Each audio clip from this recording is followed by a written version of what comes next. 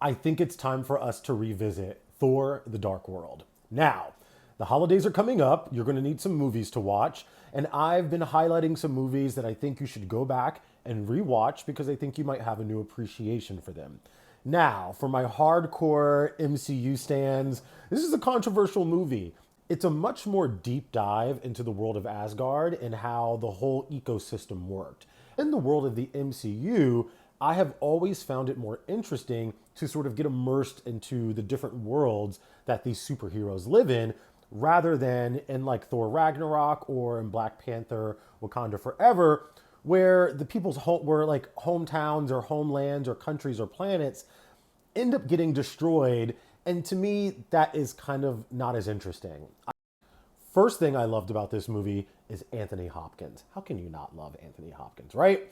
So Anthony Hopkins plays Odin, who is Thor's father. He also appeared in Thor Ragnarok, but in the first two Thor installments, he really shines bright. And again, what I love most about these movies, Thor 1 and Thor 2, is really exploring the family dynamics. I think that is just so fascinating and so interesting because it really takes you back to the core of the character, superhero. It gives you proper motivation for why the superhero or the main character or the antagonist is sort of doing what they're doing, right? Like Chris Hemsworth and Anthony Hopkins as a father-son duo is incredible. It's so believable. Like you really think that this could be a father-son duo in real life.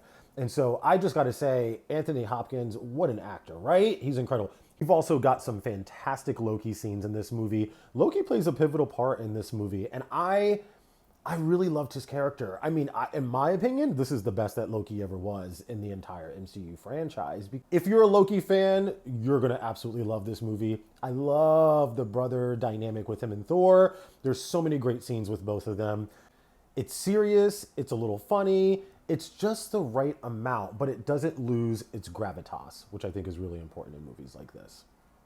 Another one of my favorite things about Thor: The Dark World is how we explore the relationship with Thor and Loki's mom, Odin's wife. I absolutely love Renee Russo in this movie.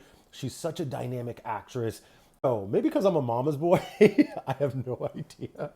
Probably because I'm a mama's boy. I love this, but I don't know. I think, again, I love exploring family dynamics within movies and especially superhero movies because it sort of makes them more grounded and realistic in a way.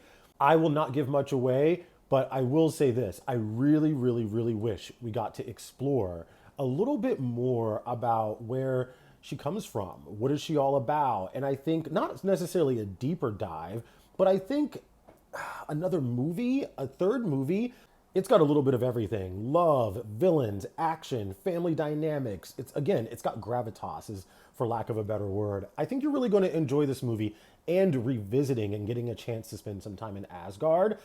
I personally think the new version of Asgard is a little too goofy for my personal taste. I respect what Taika Waititi was doing, but I really love this version of Asgard. I think it's really impactful and I think it holds a lot of weight.